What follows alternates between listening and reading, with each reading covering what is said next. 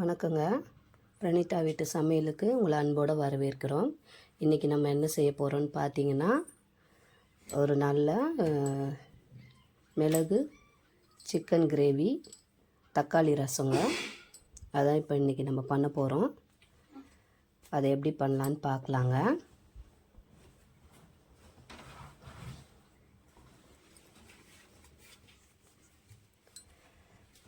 Stove பற்ற வச்சுக்கோங்க. ஒரு பாத்திரம் வச்சுக்கோங்க.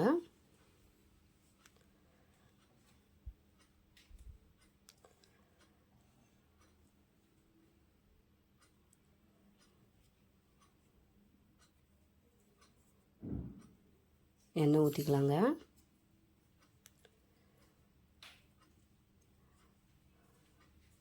நான் 1/2 கிலோ தாங்க செய்ய போகிறேன், அதனால் கொஞ்சமாக தான் எண்ணெய் ஊற்றினேன்.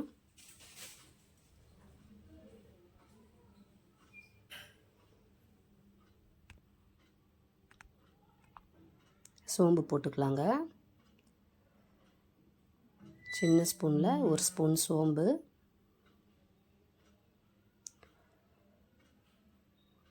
ஸ்டார் 1, அதுக்கப்புறமா 2 பட்டை,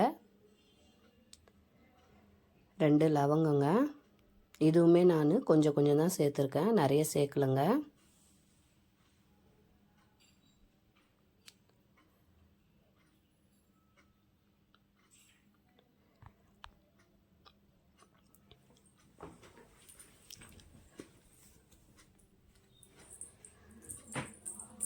பொரிஞ்சு வரட்டுங்க. 2 பெரிய வெங்காயங்க, அதை மிக்சியில் அரைச்சி வச்சுருக்கேன், அதையும் சேர்த்துக்கலாங்க. அதை சேர்த்து நம்ம வதக்கி விட்டுப்போம்.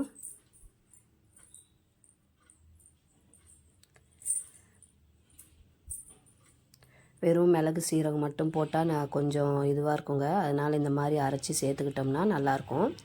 இந்த கிரேவி இதுக்கு தக்காளி நான் சேர்க்கலைங்க, வெறும் வெங்காயம் மட்டும்தான் சேர்த்துருக்கேன்.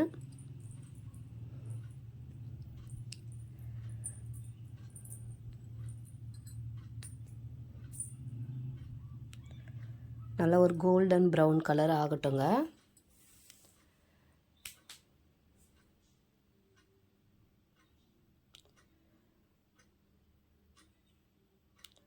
இஞ்சி பூண்டு மசாலா சேர்த்துக்கலாங்க, 1 ஸ்பூனுங்க.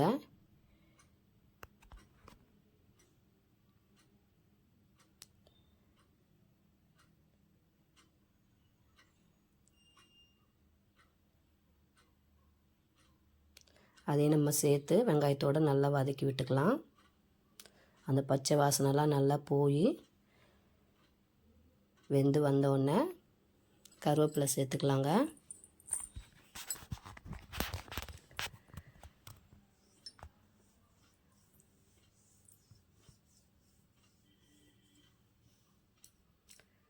நல்லா கோல்டன் ப்ரௌன் கலர் ஆகுதுங்க.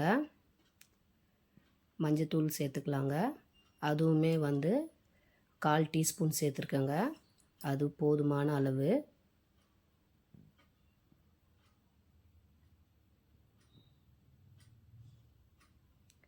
இதையும் நம்ம சேர்த்து நல்லா வதக்கி விட்டு போங்க.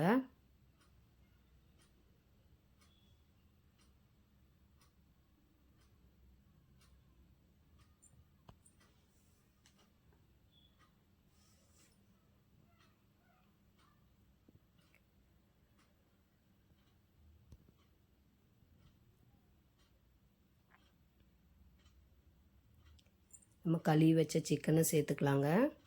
சிக்கனில் மஞ்சத்தூள் சேர்த்து நான் நல்லா கழுவி வச்சுருக்கேங்க, அதையும் சேர்த்துக்கலாம்.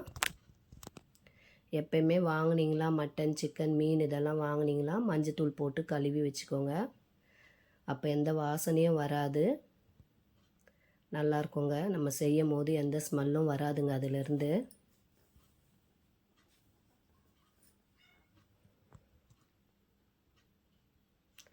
அதையும் சேர்த்து கொஞ்சம் கிளறி விட்டுக்கோங்க.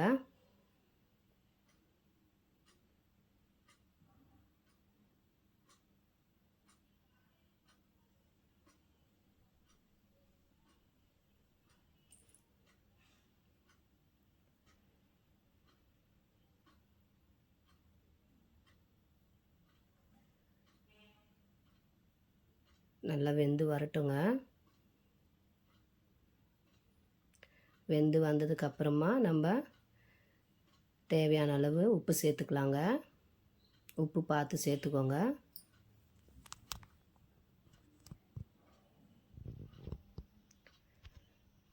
உப்பையும் சேர்த்து நம்ம எல்லாத்தையும் ஒரு தடவை நல்லா கலந்து விட்டுக்கலாங்க.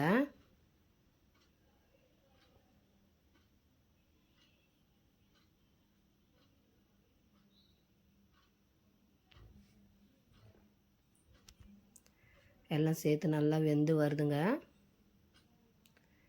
ஒரு 2 நிமிஷம் மூடி வச்சிடலாங்க.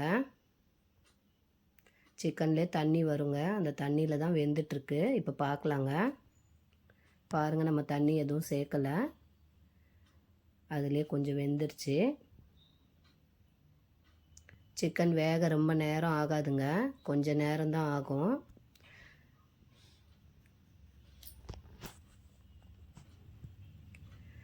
நம்ம சீரகத்தூள் சேர்க்குறோங்க. அடுத்தது மிளகாத்தூள் சேர்த்துக்கலாங்க. 1 ஸ்பூன் மிளகாத்தூள், 1 ஸ்பூன் சீரகத்தூள். சீரகத்தூள் சின்ன ஸ்பூனில் சேர்த்துதுங்க.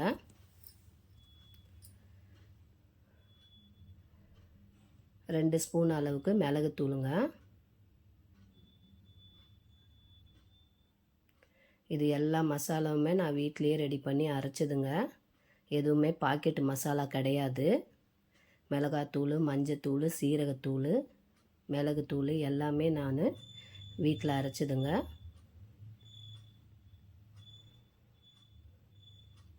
இந்த மாதிரி நீங்களும் அரைச்சி செய்யுங்க, நல்லாயிருக்குங்க.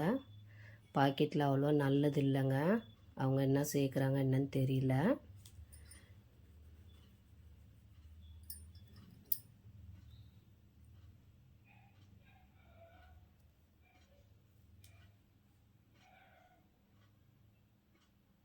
நம்ம கொஞ்சம் கொஞ்சம் ரெடி பண்ணி அரைச்சி வச்சுக்கலாங்க. எல்லாமே ஒரேடியாக போட்டு அரைச்சி வச்சா வேஸ்ட்டாக போயிடும். அப்பப்போ கொஞ்சம் கொஞ்சம் தேவையான அளவு அரைச்சி வச்சுக்கலாம்.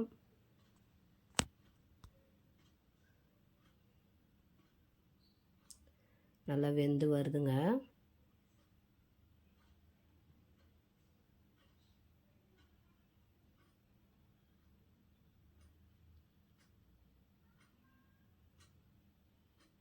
ஒரு சின்ன டம்ளரில் 1 டம்ளர் தண்ணி சேர்த்துக்கோங்க.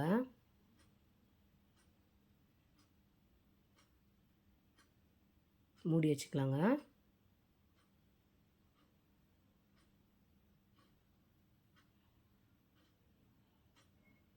இப்போ திறந்து பார்க்கலாங்க, எப்படி வெந்து வந்திருக்கு பாருங்கள். எண்ணெயெல்லாம் பிரிஞ்சு மேலே நல்லா கிரேவி மாதிரி வெந்து வந்திருக்கு.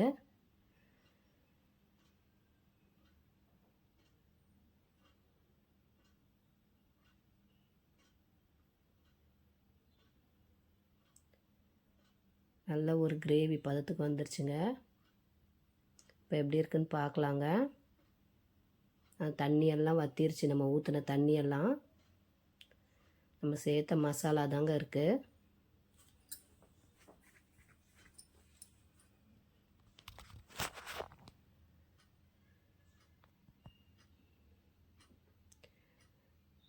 இது சாப்பாட்டோடையும் வச்சு சாப்பிட்லாங்க, இல்லைன்னா நம்ம சப்பாத்திக்கும் வச்சு சாப்பிட்டுக்கலாம், அதுக்கும் நல்லாயிருக்கும். நீங்கள் சாப்பிட்டு பார்த்துட்டு எனக்கு எப்படி இருக்குன்னு சொல்லுங்கள் கமெண்ட்டில்.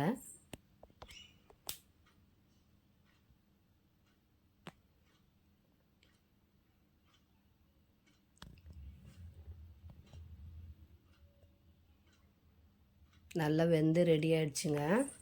இப்போ நம்ம கொஞ்சமாக இந்த ஃப்ளேவருக்கு கொத்தமல்லி சேர்த்துக்கலாங்க. கொஞ்சமாக சேர்த்தா போதுங்க, நிறைய போட்டுறாதீங்க, கொத்தமல்லி வாசனை வந்துடும். கொஞ்சமாக மேலே தூவி விட்டுக்கோங்க, போதும். அவ்வளோதாங்க.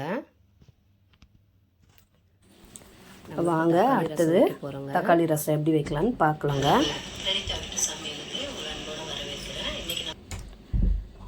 பாத்திரம் வச்சுக்கோங்க.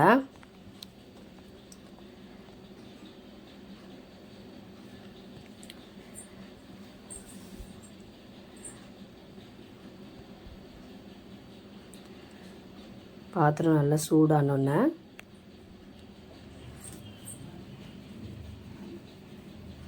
கொஞ்சமாக எண்ணெய் சேர்த்துக்கலாங்க. இது ரசம்தான், இதுக்கு ஜாஸ்தி எண்ணெய் வேண்டாம்.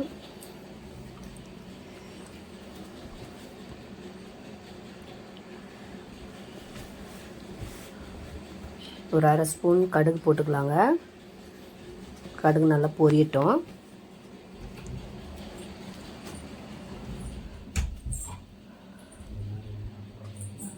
ஒரு கொத்து கருவேப்பிலை சேர்த்துக்கலாங்க.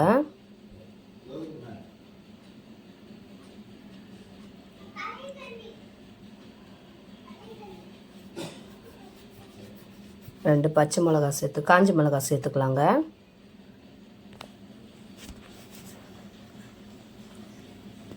நம்ம அரைச்சி வச்சது ரசத்துக்கு தேவையானது ஒரு ஸ்பூன் சீரகம், ஒரு ஸ்பூன் மிளகு, ஒரு பூண்டு, முழு பூண்டுங்க, ஒரு பச்சை மிளகாங்க, கொத்தமல்லி, கருவேப்பிலை, நம்ம எல்லாத்தையும் ஒன்றும் பாதியமாக மிக்சியில் அரைச்சி வச்சோம், அதையும் சேர்த்துக்கலாங்க. சேர்த்து சும்மா கலரிவிடுங்க போதும், ரொம்ப வதங்கணுன்னு அவசியம் இல்லை. ஒரு 4 தக்காளி மிக்சியில் அரைச்சி வச்சுருக்கேங்க, அதையும் சேர்த்துங்க. சேர்த்து இது ரெண்டுத்தையும் ஒன்றா நம்ம கலரி விட்டுக்கலாங்க.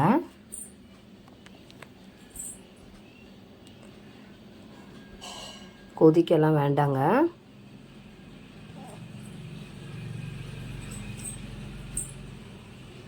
நம்ம அரைச்சோல்லங்க, அந்த மிக்சியில் கொஞ்சம் தண்ணி சேர்த்து இதில் ஊற்றிக்கலாங்க. இதுக்கு தேவையான அளவு தண்ணி சேர்த்துக்கலாங்க. புளி அதிகமாக நான் யூஸ் பண்ணலைங்க, இதில் புளி நான் சுத்தமாக போடலை. தக்காளின்றனால கொஞ்சமாக தண்ணி போட்டாலே போதுங்க.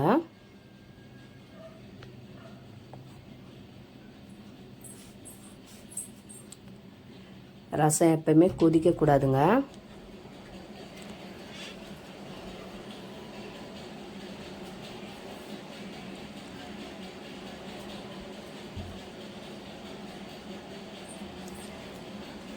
இதுக்கு தேவையான அளவு நம்ம உப்பு சேர்த்துக்கலாங்க.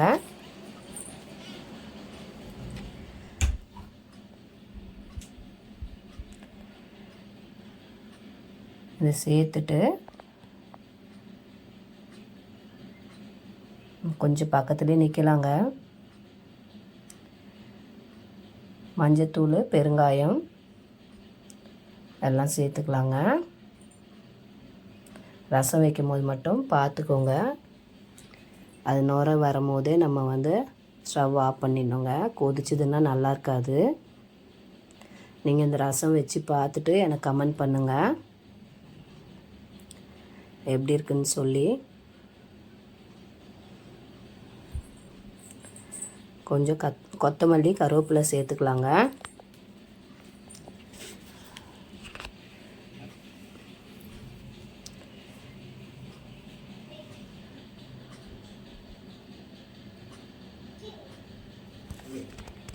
பார்த்துட்டே இருங்க, இது கொதிக்க முன்னாடி நம்ம இறக்கிடணும். இதை பார்த்துட்டு எனக்கு சொல்லுங்கள் எப்படி இருக்குன்னு. இந்த வீடியோ உங்களுக்கு பிடிச்சிருந்தா லைக் பண்ணுங்கள், ஷேர் பண்ணுங்கள், கமெண்ட் பண்ணுங்கள்.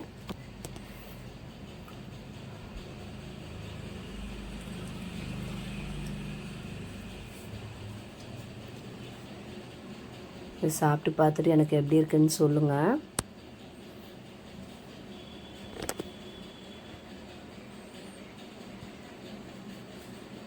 நான் கொஞ்சம் தாங்க வச்சுருக்கேன், இது ஒரு நேரத்துக்கு மட்டும் போதும்.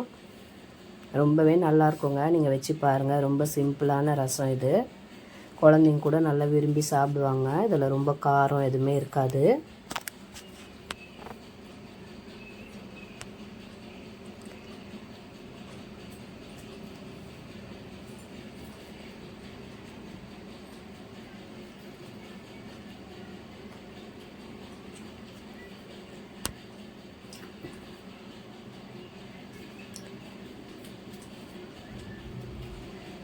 அவ்வளோதாங்க, சின்ன சின்ன பபிள்ஸ் வர மாதிரி இருக்குது.